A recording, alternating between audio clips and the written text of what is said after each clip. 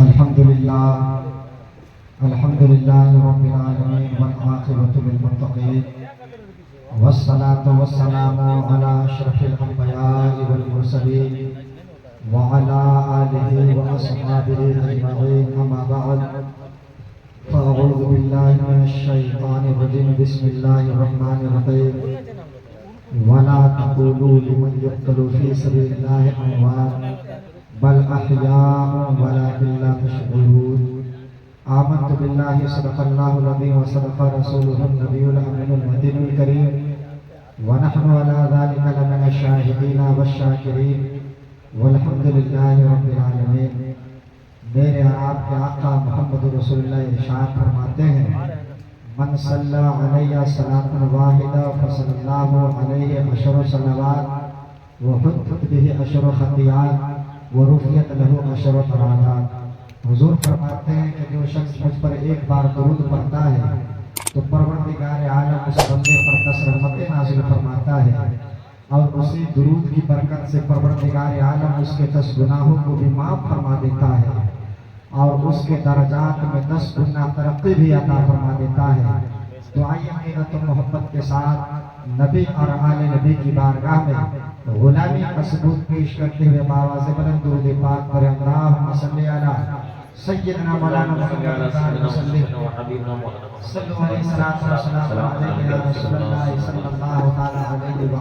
علیہ وسلم۔ آپ لوگ کا جگر ہے کہ بیٹھ کر کے بارش میں ذکر شہدائے کرب و بلا کر رہے ہیں، اور کرنا بھی چاہیے کہ جب موسم پر عشق چڑھا ہے تو غلام حسین پر بھی عشق چڑھنا چاہیے۔ اور یاد رکھیں ذکر شہدائے کرب و بلا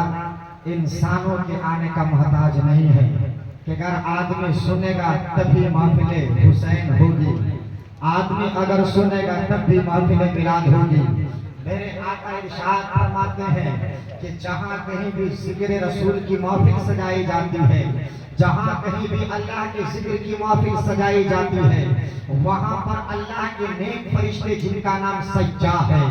وہ سجاہی کرتے رہتے ہیں۔ جب ان کو پتا چلتا ہے کہ فلاں گاؤں میں، فلاں قصبے میں، فلاں قریہ میں کچھ لوگ بیٹھ کر کے خدا کا ذکر کر رہا ہے، خدا کے نبی کا ذکر کر رہا ہے، خدا کے محبوب کا ذکر کر رہا ہے، وہ فرشتے ایسی محفلوں میں تشریف لاتے ہیں اور شروع سے آخر تک محفل کو سماعت کرتے ہیں، قرآن پڑھنے کو بھی سنا کرتے ہیں، نعت پڑھنے کو بھی سنا کرتے ہیں، تقریر کرنے کو بھی سنا کرتے ہیں۔ مکمل محفل میلاد کو سننے کے بعد جتنے لوگ عقیدت کے ساتھ اس محفل میں حاضر ہوتے ہیں تمام کا نام لکھتے ہیں، اس کے باپ کا نام لکھتے ہیں، اس کے گاؤں کا نام لکھتے ہیں، مکمل بایو ڈاٹا تیار کر کے رب کی بارگاہ میں جاتے ہیں اور عرض کرتے ہیں پروردگارا میں فلاں گاؤں میں گیا تھا، میں فلاں شہر میں گیا تھا، میں فلاں قصبے میں گیا تھا، جہاں پر تیرے ایک بندے بیٹھ کر کے بارش تو ہو رہی تھی لیکن تیرا ذکر کر رہا تھا، محفل سجائے ہوئے بیٹھا تھا،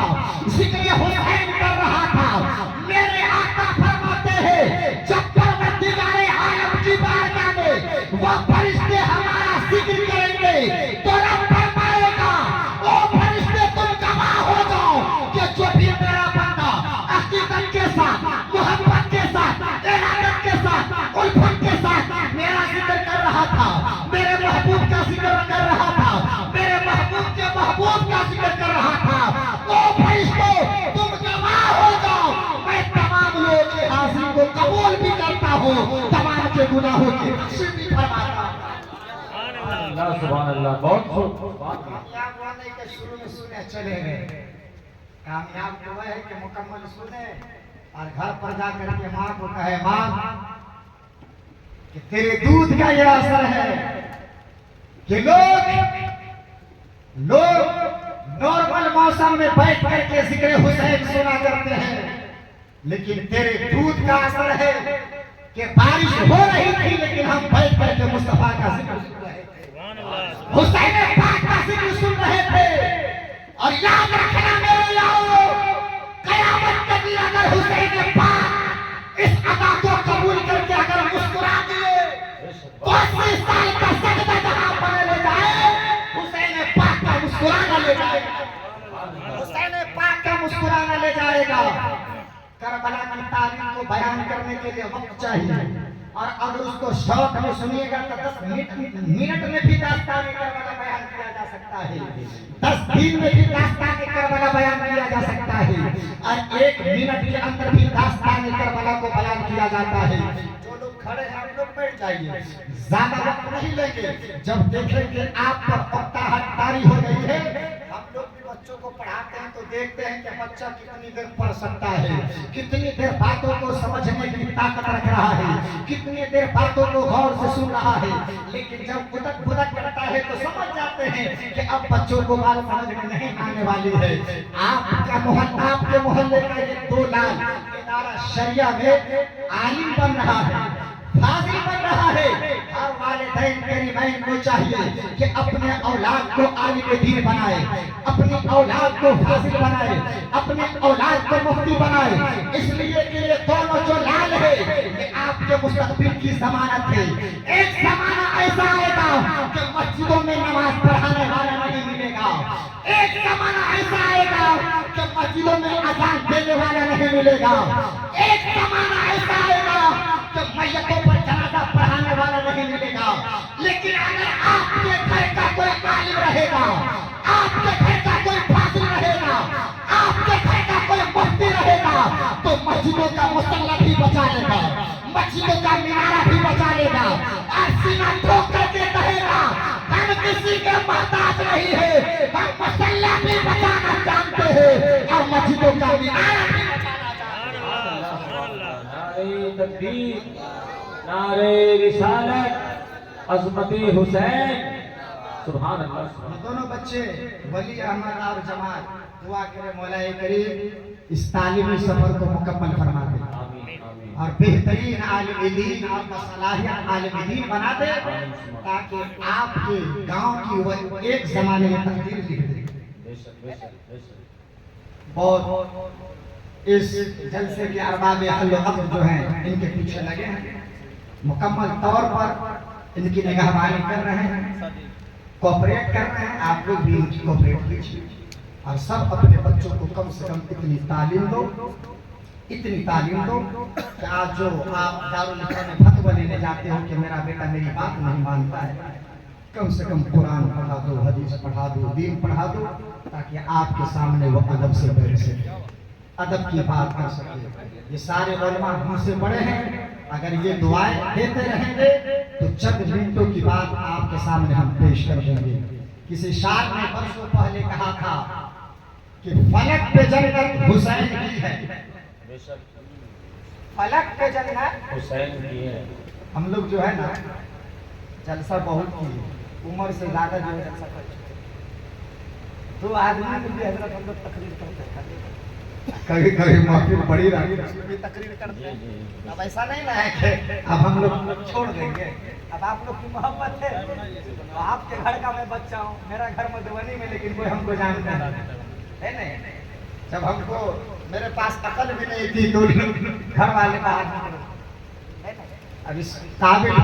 केदार शरिया में आप लोग की दुआओं से उस्ताद बच्चों को कुरान पढ़ाता हूँ, हदीस पढ़ाता हूँ, दीन की तालीम देता हूँ, दारुल इफ्ता की भी जिम्मेदारी निभाता हूँ और दारुल क़ज़ा की भी जिम्मेदारी निभाता हूँ। फख्र होना चाहिए कि आपका बेटा पटना शहर में रह करके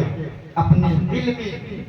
रोशनी का वो चिराग जला रहा है कि अगर कोई एक बार कहता है कि हम मधुबनी से आए हैं या दरभंगा से आए हैं तो फिर उनको दर दर की ठोकर खानी नहीं पड़ती है। अगर मदरसा शरीयया का काम रहता है तो फौरन उसका काम होता है, दारुल क़ज़ा का काम रहता है तो फौरन उसका काम होता है, दारुल इफ्ता का काम रहता है तो फौरन फतवा लिख करके दिया जाता है। वरना तो इदारा शरिया पूरे हिंदुस्तान के लिए अक्सर है, लेकिन जब अपने घर का कोई आदमी आता है तो ये फितरत चाहती है कि अपने घर के आदमी को यूं ही खाली हाथ लौटाया ना जाए, बल्कि अगर हम हैं तो इसका एहसास भी होना चाहिए। शायर ने कहा फलक पे जन्नत हुसैन की है, फलक पे जन्नत हुसैन की है, जमीन पे काबा हुसैन का है। आओ ना आगे तुम लोग बाबू, आओ ना, दरसगाही में थोड़ा ना सुनोगे, ये समझो कि आज दरसगाही है। फलक पे जन्नत